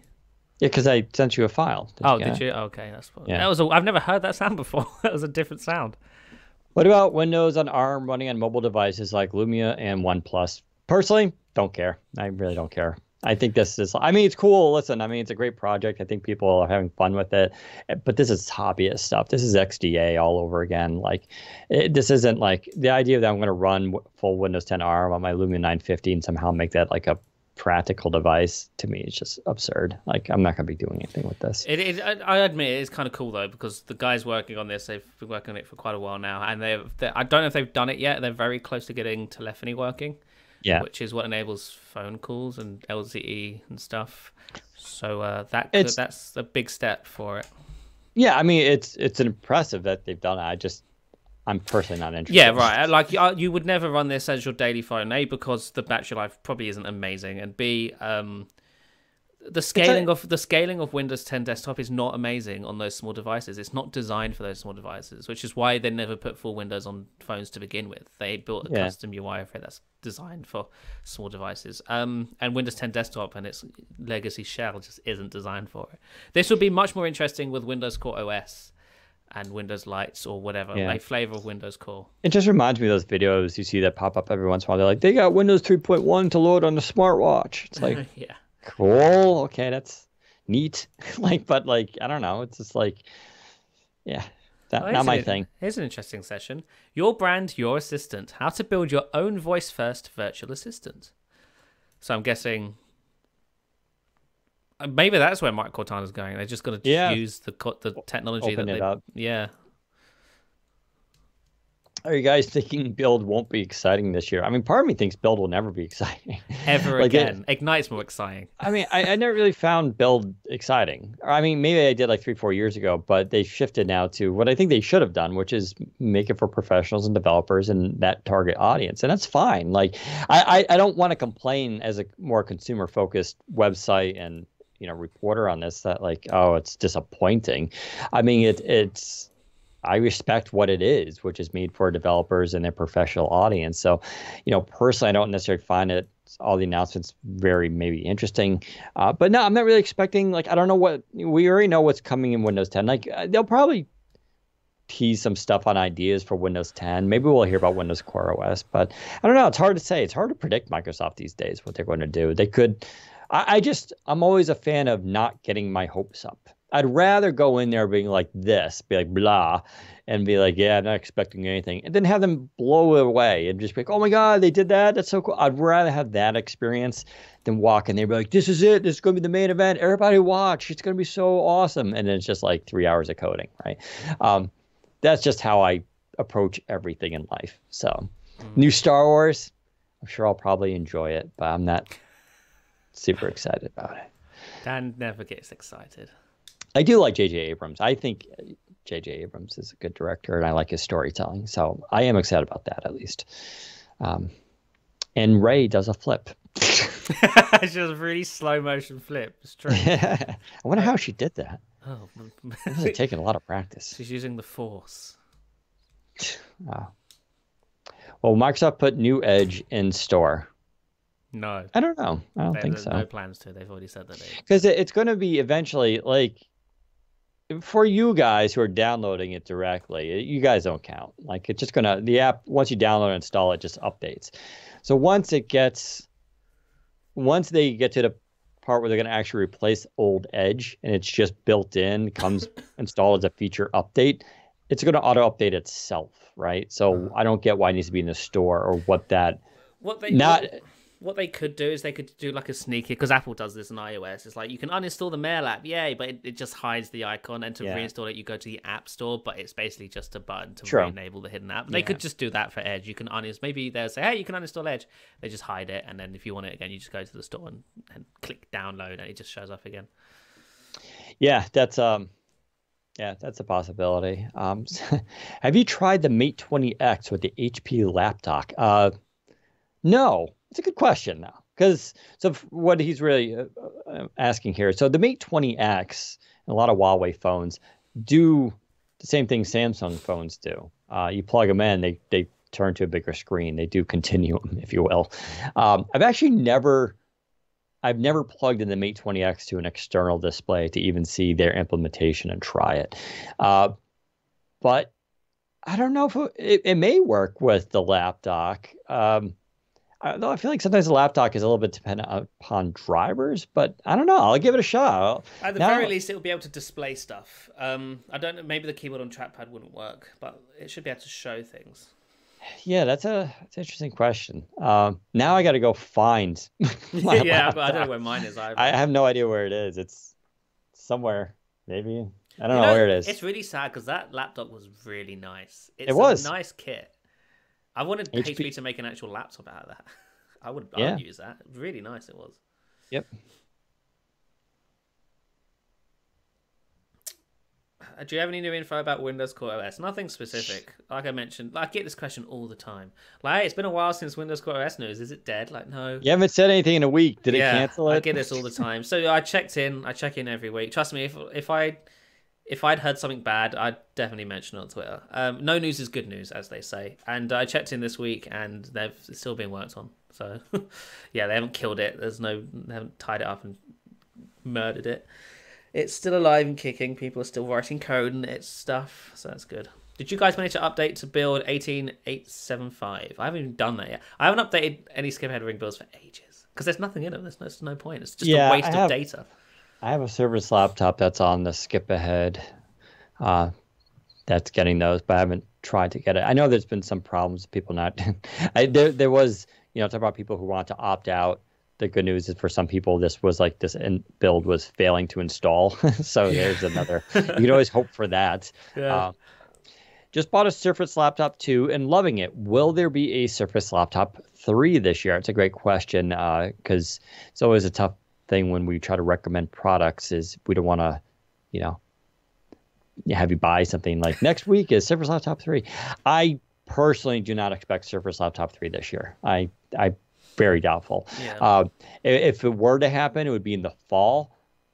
But even then, that's a year since Surface Laptop 2. I think that's too early. But we always say this, that we don't know. Like the Surface team they're all over the place. They sometimes take 2 years to update something since they do it in a year. It depends on if there's new technology that they feel can really advance the device is available. But I'm not personally expecting Surface Laptop 3 this year. So maybe spring 2020. Love to be wrong on that, but I think you're safe with Surface Laptop 2. By the way, congratulations. Still one of the best keyboards around for typing on, just overall. I think it's still the best Surface overall. It's just great. It's really nice. I would say that, but I'm a convert out the Surface Pro 6. Like Surface Pro 6 has really hit the sweet spot for me in terms of size, and I just like using it. And this display is better than the Surface Laptop 2. It's got a little more punch to it. They're both good devices. I switch between them all the time. The one thing that's nice about Surface Laptop too is it's got a larger display, which on these old eyes I find easier. Surface has, yeah, Surface headphones in black, maybe. Why not? I don't think that's a huge change for them. Like they could easily do that.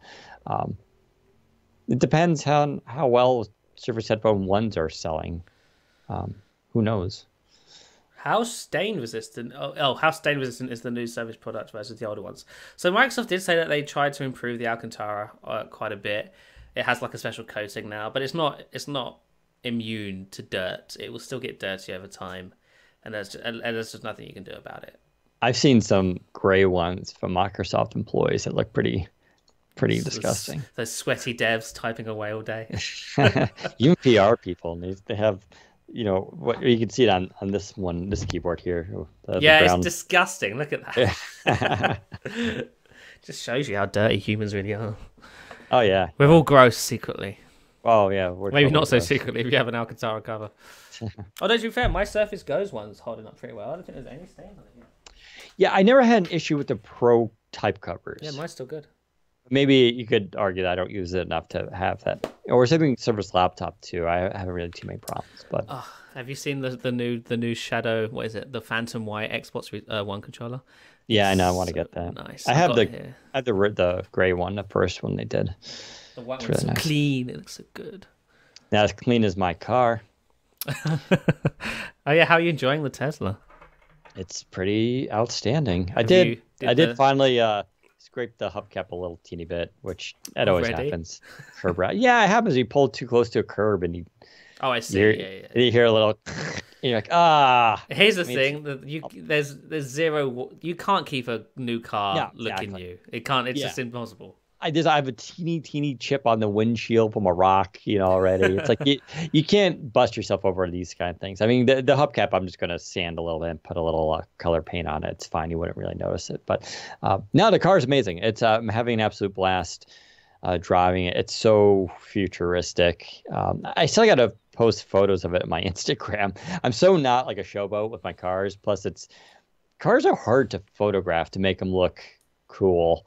Because it's always like it's just a car, right? Yeah. Yeah. Well, a lot of times, like especially now in spring, like there's no green out right now. Everything's still muddy and brown, so it doesn't look really pretty. So you're always like, car, just in a parking lot doesn't look very good. So I got to figure that out. We'll probably do a video with it though. Does yours do the launch control thing where it just like goes from 0 to 60 in like a second or two?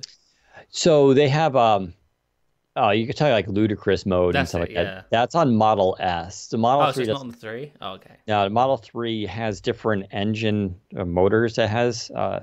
Mine is the short range plus. So it goes 0 to 60 in 5.3 seconds, which it's fast. It's linear, so there's no gear shifting. So when I hit that gas pedal, you get thrown back. It's it's an experience. I just took Mark Wim in it the other day. He'd never been in one before, and I hit the gas, and he was just like, whoa. It's like a roller coaster. It feels really bizarre. So it's very fast and zippy. Blows when I'm at a stoplight and I want to pull out fast. I'll blow away almost every car out there and make no noise doing it. Like that's the best part. Like your tires won't squeal. You won't hear a motor. It's just it's been a delight. It's a really amazing piece of technology. If you want to know more about it, like I could do a video on it, and I probably will with my experience, but go look up a guy named Doug DeMuro in Model 3. He's an awesome channel. I'm not into cars, but Doug DeMuro does like all these walkthroughs of like really famous cars and like rare ones, and he makes it super interesting. He's just some normal dude too, and he's just like geeks out into stuff. But go watch his take on Model 3 and you'll see why it's such a cool car. You'll see all the technology in it. It's I don't know, we're living in very neat times. Will Edge and Chromium only sync with Microsoft accounts, or could it sync with Google accounts too? As far as I'm aware, and as far as the plan is, just Microsoft accounts. There's no reason to allow you to sign in with Google accounts, because if you are signing into a Google account, just use Chrome. Seriously. I feel like there's probably you can do it through an extension, just like how you can do Timeline through an extension. But you can also just, when you run Edge for the first time, just import your Chrome data, and that will just sync it all up to your Microsoft account anyway, as if you've logged into your Google account. It's the same. It doesn't matter. I've seen a lot of people online saying, "Oh, yeah, it's stupid that they're not letting you log in with a Google account." I'm like, dude, you just if you want to use a Google account, use Chrome. It Yeah, I doesn't. mean, Chrome doesn't allow me to log in with a Yeah, Microsoft right. account. Exactly. Why would it be the other way around? It doesn't make any sense. We're any news on Andromeda? Is Santorini the new name for the Andromeda project? I will refer you to my Windows Core OS write-up, windowscentral.com/WCOS. That will give you all of your answers. The rundown is no news on Andromeda. It's still not coming anytime soon. Santorini is not the new name for Andromeda. Santorini is a version of Windows for laptops and two-in-ones and foldable PCs. Like I said, the article that I wrote will detail it in more details for you. Any plans to review the Dell Latitude 7285? That came out like 2 years ago. Yeah. So no, the answer is no. No. Yeah, no. I still got a few Dell things to review. I got a gaming laptop I got to review and a couple of this stuff. But yeah. Any news on these 4K cameras being developed supposedly for Xbox and PC? I have no idea about any of these. I've never heard of them. That was the other rumor too, right? That might be announced Wednesday or whatever. There's supposed to be a Surface Life Cam, basically. Yeah. 4K cam. I mean that we've seen it. So I think it's what's on the Surface Hub too. When you see the camera, that's supposedly that. So I wouldn't be surprised if that gets announced as an accessory to buy. There we go. Didn't even think about that. Not a huge deal. The question for Zach and I will be if it beats Logitech Brio. I would actually say I'd give Microsoft credit. I would say they could probably pull that off. They do really good optics. The cameras on Surface Laptop and Pro are still the best, hands down, not even close, web cameras on any mobile device today. Like, not even close. Even HP, I feel bad. Like HP is like, we've upgraded. We heard the complaints. Our cameras now are full HD, and they're better. And they are better, but they're still not nearly as good as the Surface cameras. So, will 3:2 aspect ratio displays be more common in devices in 2019? I hope so. The 3:2 aspect ratio is very nice. I'll say yes. I know at least one manufacturer that to this point hasn't done it in a laptop. Everybody's been kind of using 3:2 if they do Still, right? the Surface clone type tablets, but we haven't seen them much for laptops. And to that question, I do know of at least one major company this year that will probably announce a pretty major brand that we all know that's pretty popular and premium that will have a 3:2. So I mean, they could change those plans, of course, but yeah, I'm expecting. Again, this comes down to production of the displays and sourcing them, but we are starting to see a little bit more movement there. Just like OLED, right? You're going to see more OLED displays again in 2019 as companies try that again. So those are the two things I would start to look for. Not a lot, not as much as I would like, but you'll start to see a little bit more. Right, couple more questions and we shall probably head off. So get them in now, make them good. Is Service Up 2 in competition with Zoom meeting room style of communication? I have no idea what Zoom is. Do you know anything what Zoom is? Yeah, Zoom is meeting. It's just like the third-party meeting stuff. You'll get a link in an email for a meeting. Yeah. I think. Well, the Service Hub 2 is a device, not a service, right? You could have a Zoom app on Service Hub 2, but we'll just take advantage of that. But I think Microsoft Teams and Skype is sort of the main selling points for the 2X and 2S. Someone's asking why there's not more 4K movies in other countries. I think this is a combination of things. First of all, this is a common problem across a lot of these services, including Amazon is like this. Amazon, in my opinion, still doesn't have a lot of 4K movies, not nearly as much as I would like. So the 4K thing, I think it has to do with licensing. I think it has to do with just demand. I think there's like you guys are probably more into the 4K stuff, and I get it. I buy my movies in 4K too. But we have to think, a lot of countries still don't have that much bandwidth to download or even stream in 4K. And there's also the other thing is how many people actually have 4K TVs. That number has definitely gone up. I mean, 4K TVs have really come down in price in the last year especially. But I don't know. I'm curious about the actual demand versus capability, what those numbers are. But yeah, I mean, Apple's kind of like this too. I've seen it. I think it depends on your region. So I know Jez Corder likes to complain a lot about it, but then I've also not really heard of like Amazon or Apple necessarily doing they're all a little bit all over the place, it seems, at this point. For instance, I know at least in the United States, iTunes for movies doesn't have Marvel in 4K, which when it comes to me buying movies in 4K, really the only ones I'm interested in is like the Marvel movies. And they don't have them like that just because Apple wants to sell all 4K movies for $20 and Marvel sells their 4K movies for $25. So Apple doesn't get that. And that's a shame. So you got to buy your movies through Microsoft or someone else. Yeah. When is the Windows Central app UWP app getting fluent design? Yeah, I don't know. I got to find time to take a look at that again. Dan, did you ever get hold of one of those little low-end Samsung laptops you saw at CES? Those with the round keys and stuff? No, I haven't sent that for review yet. Are they even out yet? I don't think so. They look really nice. I bought one of those. Yeah, it was kind of cool. It was an interesting device, that's for sure.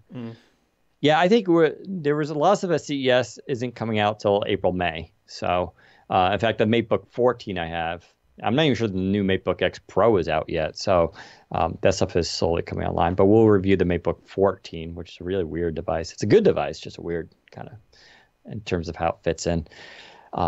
Yeah, so we should start to see April, May. And, of course, towards the end of May and sometimes this month, too, you'll start to see even other laptops get announced and coming out. So it never ends. Can you all do and how y'all do, I don't know what that means, the podcast video review desk and office setup? There was a review, there's on our YouTube channel about our office that we did when we first opened it. And I do have an article about my standing desk that I use, which is super expensive, but it's pretty awesome. So you can go check us out. I don't know if we'll do anything new about that. Zach, you may want to. And we do have a post about the equipment we use for the podcasts. So that's up there too on Windows Central. We should play Sea of Thieves for MGL when the anniversary update arrives. I mean, that's something we could do. We can get maybe Jez on board too. Yeah, Jez doesn't like playing games with us anymore. It's true. He found a new friend. No, what he found was the Nintendo 3DS and Pokemon. Yeah, some lame games. Oh, I probably shouldn't say that. Ooh. I'm going to play the old guy here, and I just don't even come close to understanding Pokemon. No, I don't either, and I'm considerably younger. Yeah. I get it. They're kind of, I guess, cute character. I don't know. I just look at it. I just have no idea why I have zero interest in any of that stuff. So stupid, so boring. Ugh. Dan, what capabilities do you think these 4K webcams will have? Kinect replacement. I would think that they would do Windows Hello for facial recognition. Hopefully. I mean, that seems like pretty much a given, or at least have two versions. One, because you could save money with not having that. I wouldn't be surprised. So if you look at the life cams, they've always had a cylindrical design, which is very different from the flat design. So maybe they can. I like to see them do depth of field stuff. I think it's something we haven't seen yet for webcams, right? You don't get a blur effect. But you can do that in smartphones now. So it's sort of like, what happens if you took that technology and Microsoft decided to make a webcam that can do that? I think that'd be interesting. We haven't seen Microsoft do webcams in years because I feel like it's one of those things you buy a webcam, you kind of stick with it for like 10 years or 5 years even, right? They're not things you buy often. So I don't see a replacement cycle for them. But I feel like if they were to do something, it'd be like kind of a big deal, really impressive one. It'll have to at least take on the Logitech Brio, probably surpass it. So hopefully depth of field. And it would play nice with Skype and the blurry background. I don't know. All right, this is going to be the last question. Any thoughts on when the new game bar that Jez reviewed will come out of preview? No idea. I don't think it'll be too long. It's actually pretty stable, and a lot of it was in preview quite a while back, not in the form it is now, but the things like the CPU monitor and the temperature stuff, that was in preview a while back. They pulled it and then they've brought it back for the new game bar. I think it won't be long. I think it'll be a few, maybe E3 might be a good time to sort of announce that coming to PC officially and stuff. Yeah, they seem to go 4 to 8 weeks between features and testing to being released. It's going to be pretty quick. So yeah, I like how Xbox handles testing or stuff. They just don't care. They do whatever they want. Like the Insider program are very set on doing it on a weekday, but like the Xbox team just throw out stuff whenever the hell they want. It's like, oh, it's a Sunday. Here's a new build. Have fun. Quickly, do you guys use Microsoft Launcher on your phones? Yes. Yes. We both do. Big fans. I've done a lot of articles on it, even a video or two. Yeah, it's all I use. So yeah, highly recommend. Okay, I'm getting hungry. I could go eat. So yes. Thanks for tuning in, guys. We'll be back next week. Lots of stuff to talk about. But until then, goodbye.